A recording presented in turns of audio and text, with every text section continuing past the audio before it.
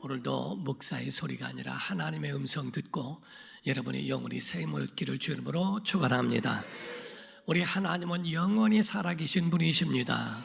과거에도 계셨고 지금도 계시며 장차 오실 영원한 하나님이시라고 말씀을 합니다. 요한계시록 1장 8절입니다. 시작. 주 하나님이 이르시되 나는 알파와 오메가라. 이제도 있고 전에도 있었고 장차 올 자요 전능한 자라 하시더라. 아멘. 이와 같이 예수 그리스도 우리가 섬기는 예수님도 이 땅에 육체로만 오신 분이 아니라 영원한 하나님의 아들이시라는 거지요. 히브리서 13장 8절입니다. 시작. 예수 그리스도는 어제나 오늘이나 영원토록 동일하시니라. 아멘. 그러므로 모든 만물과 피조물은 하나님에 의해서만 존재하는 겁니다. 우리가 이 세상을 살아가면서 깨닫는 것은 이 세상에는 두 가지, 살아가는 존재와 살리는 자, 그런 존재가 있다는 사실이에요. 사람의 육체를 살리기 위해서는 땅이 있어야 합니다. 물이 있어야 하고 음식이 있어야 하고 각각 우리가 살아가는 그런 조건에 맞는 공기와 이런 것들이 공급되지 않으면 아무도 살아갈 수가 없는 겁니다. 그러므로 우리가 세상에 살아가면서 의식주의 문제를 해결하면서 살아가기를 원한 것 같이 우리가 그냥 사는 것이 아니라 살려주는, 살아가게 하는 그런 살리는 그런 존재가 있다는데 그분이 누군가? 하나님이시라 하는 겁니다. 그러므로 성경은 우리에게 영적으로도 마찬가지로 고린도전서 15장 45절 보면은 기록된 바 첫사람 아담은 생명이 되었다, 사는 영이 되었다함과 같이 마지막 아담은 살려주는 영이 되었다라고 말씀을 합니다. 사도행전 17장 24절에서 25절을 보면 우주와 그 가운데 있는 만물을 지으신 하나님께서는 천지의 주제시니 손으로 지은 전에 계시지 아니하고 그런 집이나 그런 건물을 말하는 게 아니죠. 또 무엇이 부족한 것처럼 사람의 손으로 섬김을 받으시는 것이 아니니 이는 차라리 만민에게 생명과 호흡과 만물을 친히 주시는 이심이라 라고 말씀을 합니다. 무릇 세상에 있는 종교에 있는 신들은 사람이 만든 신들입니다. 그러므로 신격화해서 나무나 하늘, 배, 해, 달, 별 이런 모든 나무와 이런 것들에게 신격화해서 그래서 그거를 섬기는 일들이 많습니다. 사람이 존재하지 않으면 그들도 존재하지 않는 경우가 많습니다. 그러나 성경에 하나님은 무엇이 부족한 것처럼 사람에게서 주시고 빼앗는 분이 아니고 차라리 호흡도 주시고 생명도 주시고 은혜도 주시는, 친히 주시는 하나님이라고 말씀하십니다. 그분에 의하여 우리가 살아가는 걸 믿기를 주님으로 축원합니다. 그러므로 사람은 교만하지 말라는 거예요. 인간은 연약한 존재이기 때문에 어떤 상황에서든지 교만하여 사람을 무시하고 사람을 이렇게 저렇게 인격 모독하는 그런 일이 없도록 하라는 겁니다. 그러나 반대로 인간이 연약한 존재이지만은 하나님과 함께하면, 하나님 안에 있으면 그 사람은 망하지 않습니다. 하나님의 그를 통하여 큰 역사를 이루어 주실 줄로 믿습니다. 그러므로 여러분과 제가 이 땅에 살아가면서 교만할 것도 없고 좌절하거나 그리고 실망하거나 낙심할 이유가 없다고 하는 겁니다. 다만 신앙인들이라면 하나님 안에 거하여 하나님을 찾고, 아멘, 하나님을 만나고 하나님을 따라가면 살 수 있습니다. 희망이 있습니다. 우리가 이 땅에 살아갈 때 많은 어려움이 있다 할지라도 우리가 그 모든 것들을 극복할 수 있다는 거죠. 우리 중세에 있는 사람들은 포르투갈이 이 지구의 끝이라고 생각했던 적이 있다는 겁니다. 스페인령에 속해 있는 리스본이라고 하는 항구 도시가 있는데 거기에는 큰 바위가 있다고 그래요. 그 바위에 새겨져 있는 글귀가 있는데 그 글귀에는 여기가 끝이다, 그리고 저 너머에는 아무것도 없다라고 그렇게 글귀가 쓰여져 있었다고 하는 겁니다. 그러나 1492년도에 콜럼부스라고 하는 이 한 사람을 통하여 이 이론이 이것이 완전히 바뀌어버리게 되었다는 거죠. 그러므로서 그 이론에 의하여 사람들은 다시 그 말을 교정하게 되었습니다. 그 글귀에는 여기가 끝이 아니다, 저 너머엔 위대한 희망이 있다 하고 이렇게 이야기를 합니다. 사랑하는 성도 여러분, 여러분과 저는 이 땅에 살아가면서 많은 어려움을 겪고 그 어려움을 당할 수가 있다는 겁니다. 그러나 그 가운데서도 절망하는 사람이 있기도 하고 어려운 상황이 있지만은 그래서 포기하는 사람이 있고, 어떤 사람은 그 절망 가운데서도 희망을 노래하는 사람이 있다고 하는 겁니다. 절망 중에 있고 포기하는 사람들은 불행하게 일평생 살아갑니다. 그러나 그 가운데에 희망을 노래하고 그 절망 가운데 희망을 보는 사람들은 결단코 낙심하지 않습니다. 그의 모든 삶에는 행복이 있는 줄로 믿습니다. 그래서 여러분은 포기하는 불행한 인생을 살겠는가, 어떤 선택을 하겠냐는 거예요. 아니면 절망 가운데에 희망을 보며 살아가는 행복한 삶을 살겠는가, 여러분의 선택에 달려있다 하는 겁니다. 우리가 같은 세상에 살지만은 다른 세상에 사는 사람이 있습니다. 이는 다시 말하면 어두운 세상, 마귀가 주관하고 있는 그런 세상에 사는 사람도 있다는 거지요. 어떤 사람은 도둑질을 하며 살아갑니다. 그에게 묻기를, 아니 왜 도둑질을 하면서 그렇게 세상을 살아갑니까? 라고 물었더니 의외의 대답이 일어납니다. 이것 외에는 배운 게 없고 다른 길이 없다고 생각한다는 거예요. 배운 게 도둑질이니까, 배운 게 이것이니까 그렇게 살아갈 뿐이라는 이야기를 하더라는 겁니다. 사기치는 사람에게 왜 사기치는가? 다른 길이 없다고 하는 겁니다. 배운 것이 이것밖에는 없기 때문에. 율랑녀들이나 이런 사람들이 자기 몸을 팔면서 생계를 이어가는 것이 안타까워 물으면 다른 거에 대하여 생각도 해본 일이 없고 다른 길이 없다고 여겼기 때문이라는 거죠. 세상에 다른 기쁨과 행복이 없다고 여기니까 술로 달래며 술과 이런 것들로 중독되어져 사는 사람들도 왜 다른 길이 없다고 생각하니까. 그러나 단언컨대 다른 길 있습니다. 예수 안에 생명이 있습니다. 요한복음 14장 6절입니다. 시작. 예수께서 이르시되 내가 곧 길이요 진리요 생명이니 나로 말미암지 않고는 아버지께로 올 자가 없느니라. 아멘. 사랑하는 성도 여러분, 예수 안에 길이 있습니다. 진리가 있고 생명이 있습니다. 그 앞으로 돌아오면 사는 줄로 믿습니다. 어떤 시골 청년이 친구에게 말했답니다. 야, 나 돈 벌러 서울에 가려고 그래 했더니 그 친구가 한심한 표정을 지으면서 야, 서울이란 곳이 어떤 곳인 줄 아냐? 물 한 병도 사 먹는 곳이래 하고 얘기를 했답니다. 그때 그 시골 청년은 얘기하기를, 거봐 물만 팔아도 부자 되잖아 하다고 얘기하더라는 거지요. 한 사람은 소비성을 말하고 있고 한 사람은 생산성을 말합니다. 한 사람은 안 되는 걸 말하고 있고 한 사람은 되는 방법을 같이 그 가운데 똑같이 앉아 있어도 생각과 말과 그 모든 삶이 다르더라고 하는 거지요. 똑같은 상황 속에서도 좌절과 절망이 있는 사람, 똑같은 상황 속에서도 다시 한번 일어날 수 있는 소망의 사람이 있다는 겁니다. 사는 길 있습니다. 예수 안에 길이 있습니다. 오늘 본문 말씀을 보더라도 빈들이에요. 아무것도 없는 곳이에요. 절망 가운데 있을 수 있고 아무런 소망이 없는 빈들에서의 그 일을 보고 있습니다. 예수님을 따라서 나온 사람들이 있습니다. 그 가운데에 예수께서 보리떡 5개와 물고기 2마리로 5,000명, 그것도 여자와 아이 외에 5,000명입니다.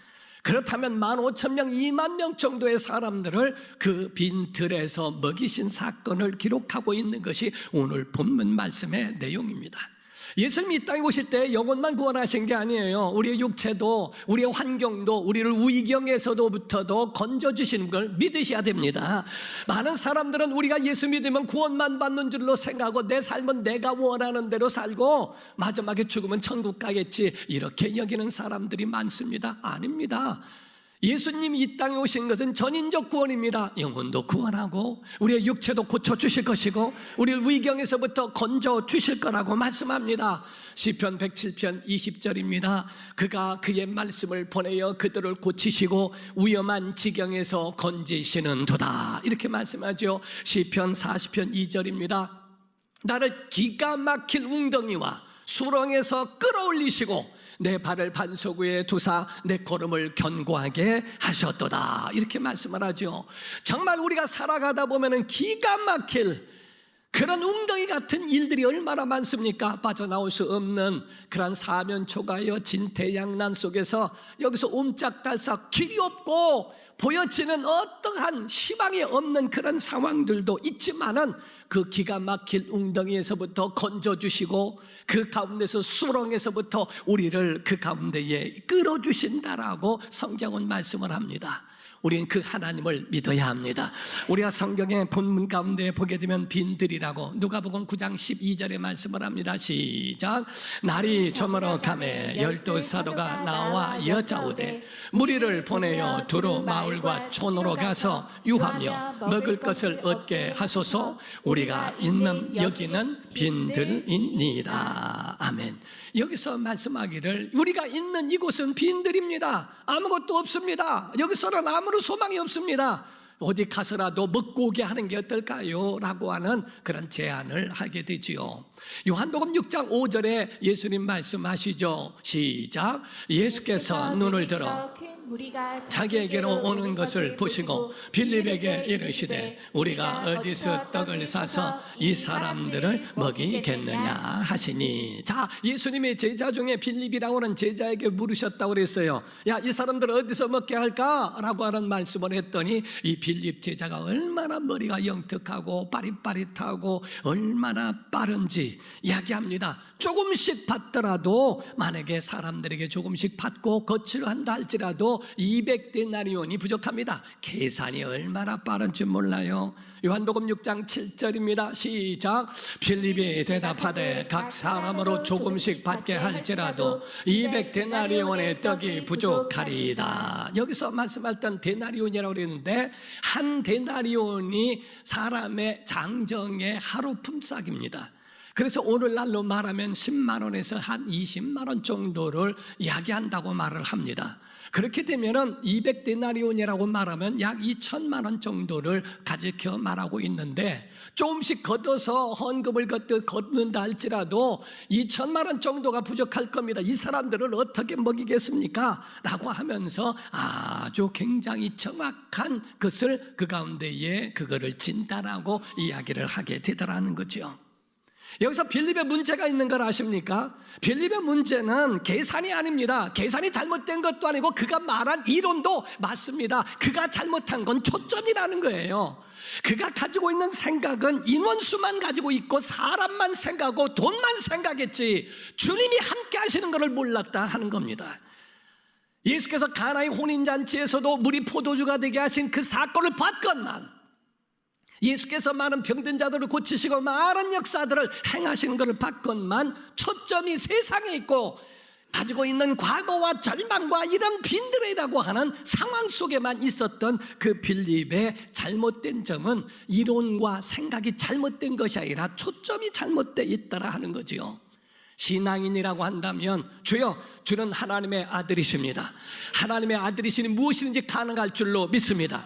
명만하시옵소서 내가 순종하리라. 이것이 바로 신앙인들의 고백이라고 말할 수 있다는 거지요.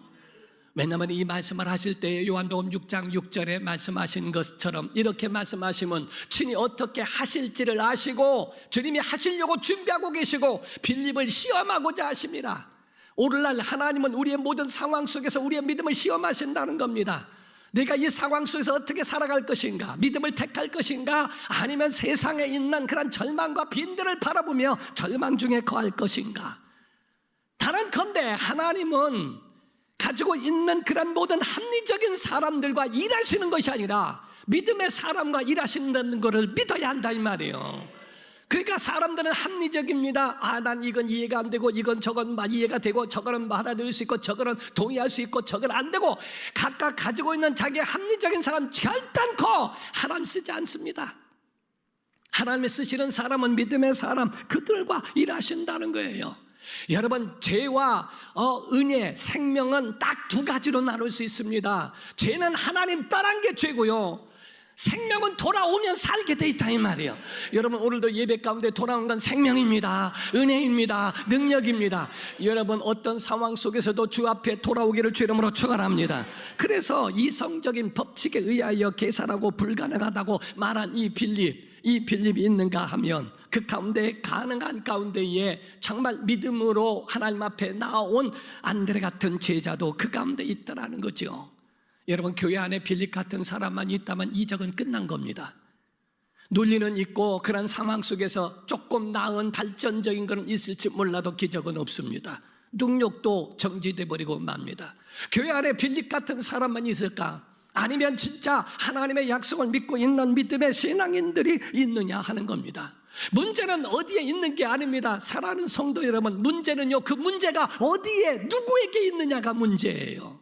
내 손에 있으면 도시락입니다. 주님 손에 있으면 능력의 씨앗이 됩니다. 내 손에 있으면 내가 해결해야 되고, 주님 손에 올려놓으면 주님이 역사하실 겁니다. 그렇기 때문에 그 문제가 누구에게 어디에 그 문제를 두고 있는가? 기도라고 하는 게 뭔지 아십니까? 기도는 내가 갖고 있는 게 아닙니다. 기도는 내 문제를 주님 앞에 드리는 거예요. 그분 앞에 드려서 그분이 해결하시도록 내 문제를 맡기는 건데, 오늘날 많은 세월 동안에 내가 그 문제를 들고 있고 내가 그 문제를 해결하려고 그러고, 이 문제 가운데는 전혀 가능성이 안 보입니까? 내가 가지고 있어서 그래요. 주님 앞에 도시락을 맡기든 내 문제를 맡기는 것, 이게 믿음이고 이게 신앙이라고 하는 거거든요. 주님은 자기가 주인 되지 않고는 결단코 일하지 않습니다. 가나의 혼인잔치집에서도 손님으로 계실 때에 포도주가 떨어져도 전혀 관계가 없어요. 그때 마리아가 와서 말합니다. 포도주가 떨어졌다. 아니, 나와 무슨 상관이 있습니까? 나는 손님인데 나하고 아무 상관없다는 거죠. 그때 마리아가 말합니다. 무슨 말씀을 하시든지 그대로 행하라. 주인으로 모시는 순간에 주님이 일하시기 시작합니다. 사랑하는 성도 여러분, 주님을 손님으로 아무 상관없게 만들지 마세요. 그분을 여러분의 주인으로 모시기를 주님으로 축원합니다. 여기서 말씀하고 있는 보리떡 5개와 물고기 2마리, 우리가 보리떡을 아셔야 돼요. 이 보리떡이라고 하는 것은 사실 우리가 말하는 가난한 사람들이 마치 쌀겨와 이런 것들, 밀가루나 이런 반죽을 해가지고 개 가지고 만든 개떡입니다. 우리가 개떡이라고 얘기하니까 개가 먹는 떡이라고 하는데 그게 아니고 개 가지고 만든 떡이라 이거예요. 그러니까 가난한 사람들이 얼마든지 흔하게 먹을 수 있는 작은 그런 떡, 그것이 바로 가난한 사람들의 양식이 개떡이라고 같은 이 보리떡이라고 말합니다. 2번째가 물고기를 말하는데 이 물고기는 두 가지로 표현할 수 있어요. 하나는 익두스라고 표현합니다. 익두스는 그걸 팔아서 이물을 남길 수 있는, 장사할 수 있는 상품 가치가 있는 그것을 익두스라고 표현을 합니다. 그러나 많은 곳에서 해안에서는 전부가 다 거기에 대한 문화가 있는 것처럼 아주 작은 것은 더 클 수 있도록 바다에 던져줍니다. 그리고 상품 가치가 있는 좋은 큰 고기들은 잡아서 그거를 팔고 할 수 있도록 만듭니다. 그러니까 제대로 된 상품화된 거는 익두스라고 하고, 작은 것들에 대하여서는 그거는 바다에 던지는데, 여기서 옵사리온이라고 하는 것은 상품 가치는 없고, 그리고 그러자니 너무 작아서 바다에 던지기는 그렇고 라고 하는 어중간한 것을 옵사리온이라고 합니다. 이것을 항구에다가 던져주고, 그래서 고아와 과부들이나 이런 사람들이 공짜로 그거를 주워다가 먹을 수 있도록 그렇게 배려한 그것을 옵사리온이라고 표현합니다. 여기서 말씀하고 있는 보리떡이라고 하는 건 개떡과 같고, 여기서 물고기 2마리는 익두스와 같처럼 상품화된 멋있고 아주 먹음직스러운 것이 아니라 옵사리온 같이 아주 작은 물고기 이 2마리를 그거를 보여준 것과 같거든요. 그거를 주님 앞에 내놓고 나와서 그것으로 이적을 베푸시는 하나님의 역사를 보게 된다 하는 거죠. 사랑하는 성도 여러분, 하나님은 전능자이십니다. 무에서 유를 만드시는 줄로 믿습니다. 돌을 들어 한 아브라함의 자손을 만드실 수 있고요, 작은 것으로도 큰 역사를 일으키실 수 있는 분이라는 거예요. 해를 중철에 머물게 하시기도 하고, 홍해를 가르시기도 하고, 메추라기를 아마 순간에 불어오기도 하고 하는 그런 역사를 이루시죠. 작은 것 가지고 큰 역사를 이룬 것이 성경에도 많습니다.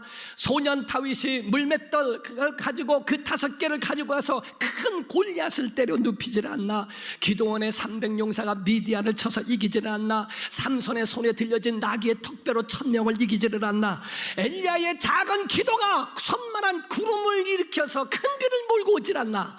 하나님의 역사는 이와 같이 엄청난 큰 역사를 일으킵니다. 엘샤다이, 전능의 하나님이 우리의 하나님인 줄로 믿으셔야 됩니다.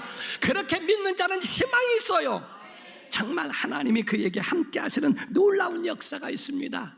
작은 것들이 있어도 드리기만 하면 큰 역사가 일어날 텐데, 자기에게 가지고 있는 달란트, 은사, 재능, 그러한 것이 엄청나게 많이 있는데도 이거를 숨기고 있고 소멸하고 있고 하나님 앞에 드리지 못한다는 것이 얼마나 아쉽고 안타까운지 몰라요.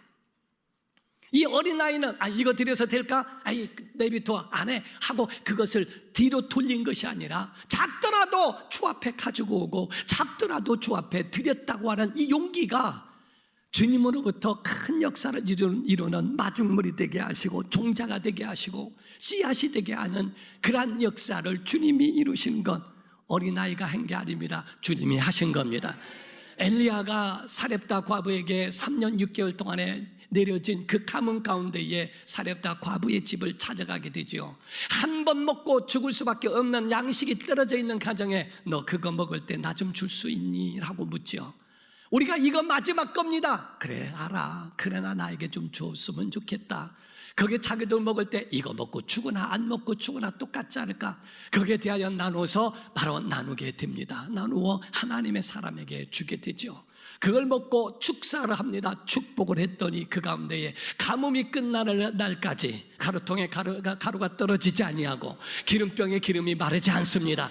하나님 앞에 작은 것도 드리니까 큰 역사가 일어나게 하시더라. 이게 도시락을 보더라도 보십시오. 우리가 성경에 나와 있지 않지만 도시락을 준비했던 어머니의 헌신도 헌신 아닙니까? 어린아이에게 이거 가지고 주님을 따라다녀라. 그분은 구세주란다. 그분의 입술에서 나오는 말씀 하나도 놓치지 말고 그분이 말씀하시는 그 말씀을 그대로 받아들이고 꼭 붙어 다녀야 된다라고 하는 그의 어린아이의 손에 쥐어졌던 그 도시락을 싸준 어머니의 그것도 헌신이 아닌가. 바로 이적의 통로는 안드레에게 있다는 겁니다. 빌립같이 안 됩니다. 부족합니다. 불가능합니다. 모자랍니다. 200데나리온이나 모자랄 겁니다 라고 말했던 빌립이 있는가 하면, 안드레 같은 사람은 이 어린아이가 가지고 있는 이것을 주님께 가져왔습니다. 이게 얼마나 되겠습니까? 라고 가져오게 됩니다. 여러분, 살 수 있는 방법을 알려드릴까요? 작은 문제든 큰 문제든, 여러분 좋은 것이든 안 좋은 것든 주님께 가져오면 삽니다. 여러분 작은 도시락이라도 드리니까 큰 역사를 일으키죠. 문제도 주 앞에 올려놔 보세요. 주님이 고쳐주시게 돼 있습니다. 하나님이 하시는 그 놀라운 역사가 작은 것 같지만은 주 앞에서는 엄청난 일이 일어나요. 주께서 기도하실 때에 소위 작은 보리떡 개떡 놓고 기도하신 게 아닙니다. 예수님이 축사하실 때는 온 5천 명이 나는 아니 몇만 명 되는 사람들 앞에서 하시는 대표 기도요 축복 기도였다 하는 거죠. 그 축복의 기도가 5천 배로 늘어났어요. 그래서 5천 배 아니 몇만 배가 되어져서 그들을 먹고 하기에 조금도 부족함이 없게 하셨다는 거죠. 믿음이라고 하는 것은요 된 다음에 믿는 게 아닙니다. 될 줄 믿는 겁니다. 과학은 된 다음에 믿는 거지만은 신앙은 된 다음에 믿는 것이 아니라 믿어야 된다는 거예요. 그래서 성경에 하나님은 먼저 정답을 알려주지 않으세요. 그것에 대하여 너의 믿음이 어떠한가를 보시고 믿음이 있으면 되게 하시고 그 역사를 보시겠다고 하는 거죠. 유명한 말씀입니다. 요한복음 11장 40절입니다. 시작. 예수께서 이르시되 내 말이 내가 믿으면 하나님의 영광을 보리라 하지 아니하였느냐 하시니. 아멘. 바로 이와 같이 내 말이 내가 믿으면 하나님의 영광을 보리라. 믿지 않으면 하나님의 영광을 볼 수 없다는 거죠. 영광을 보고 믿는 건 누구는 못 믿습니까? 그러나 믿지 않는 자에게는 그 영광이 가리워져 있다는 사실이에요. 그래서 우리가 맥주 감사주일과 같은 그러한 감사절이 무슨 의미가 있는가? 감사절에 드려지는 감사의 의미는 두 가지가 있어요. 하나는 주신 은혜입니다. 지금까지 지내온 것 하나님의 은혜인 줄 믿으시면 아멘 하세요. 이것에 대하여 감사하는 것이고, 두 번째 감사는 앞으로 주실 줄 믿고 기도하는 겁니다. 거기에 대한 감사가 두 번째 감사라고 표현합니다. 이걸 일명 가르쳐 가불신앙, 가불감사라고 표현합니다. 우리가 원칙은 내가 일한 다음에 그 싹쓸 받는 것이 원칙이죠. 그러나 어떤 때는 가정에 어렵고 먹을 것이 없고 상황이 어려워서 내가 한 달 동안 일을 할 테니까 먼저 주시면 안 될까요? 그거를 가불이라고 표현을 합니다. 앞으로 있어야 할 것에 대하여 하나님 앞에 미리 감사, 하나님이 나에게 큰 은혜 주실 줄 믿고 미리 심는 겁니다. 곡식이 오기 전에 내가 그거를 심어야 그것을 얻지 않겠어요? 이와 같은 하나님 앞에 미리 드려지는 감사로 인하여 주시는 하나님의 은혜를 말씀합니다. 주님이 어떤 일을 행하셨습니까? 요한복음 6장 11절입니다. 예수께서 떡을 가져 축사하신 후에 앉아있는 자들에게 나눠주시고 물고기도 그렇게 그들의 뭐대로 원대로 주시니라. 그랬더니 12절에는요 그 가운데 그들이 배불리 먹고 이렇게 되어 있습니다. 원대로 주시니라. 그랬더니 배불리 먹고 12리 광주리가 바구니가 남았다 이렇게 되어 있습니다. 하나님은 우리에게 모자르게 역사하지 아니하세요. 우리에게 가진 모든 것들을 다 채우고도 남음이 있게 하신다는 거죠. 여러분, 빈들에 나온 것처럼 오늘 교회에 나온 성도 여러분, 절망 중에 있는 좌절 가운데 바라보지 말고 주님 보기를 주님으로 축원합니다. 주님을 바라보면 베푸실 하나님의 역사가 우리 안에 있어요. 그분의 은혜가 여러분과 여러분의 모든 삶의 주인 되시는 그분에게 여러분 자신을 맡기고 오늘도 하나님이 채워주시는 그 은혜에 감사로 표현하기를 주님으로 축원합니다.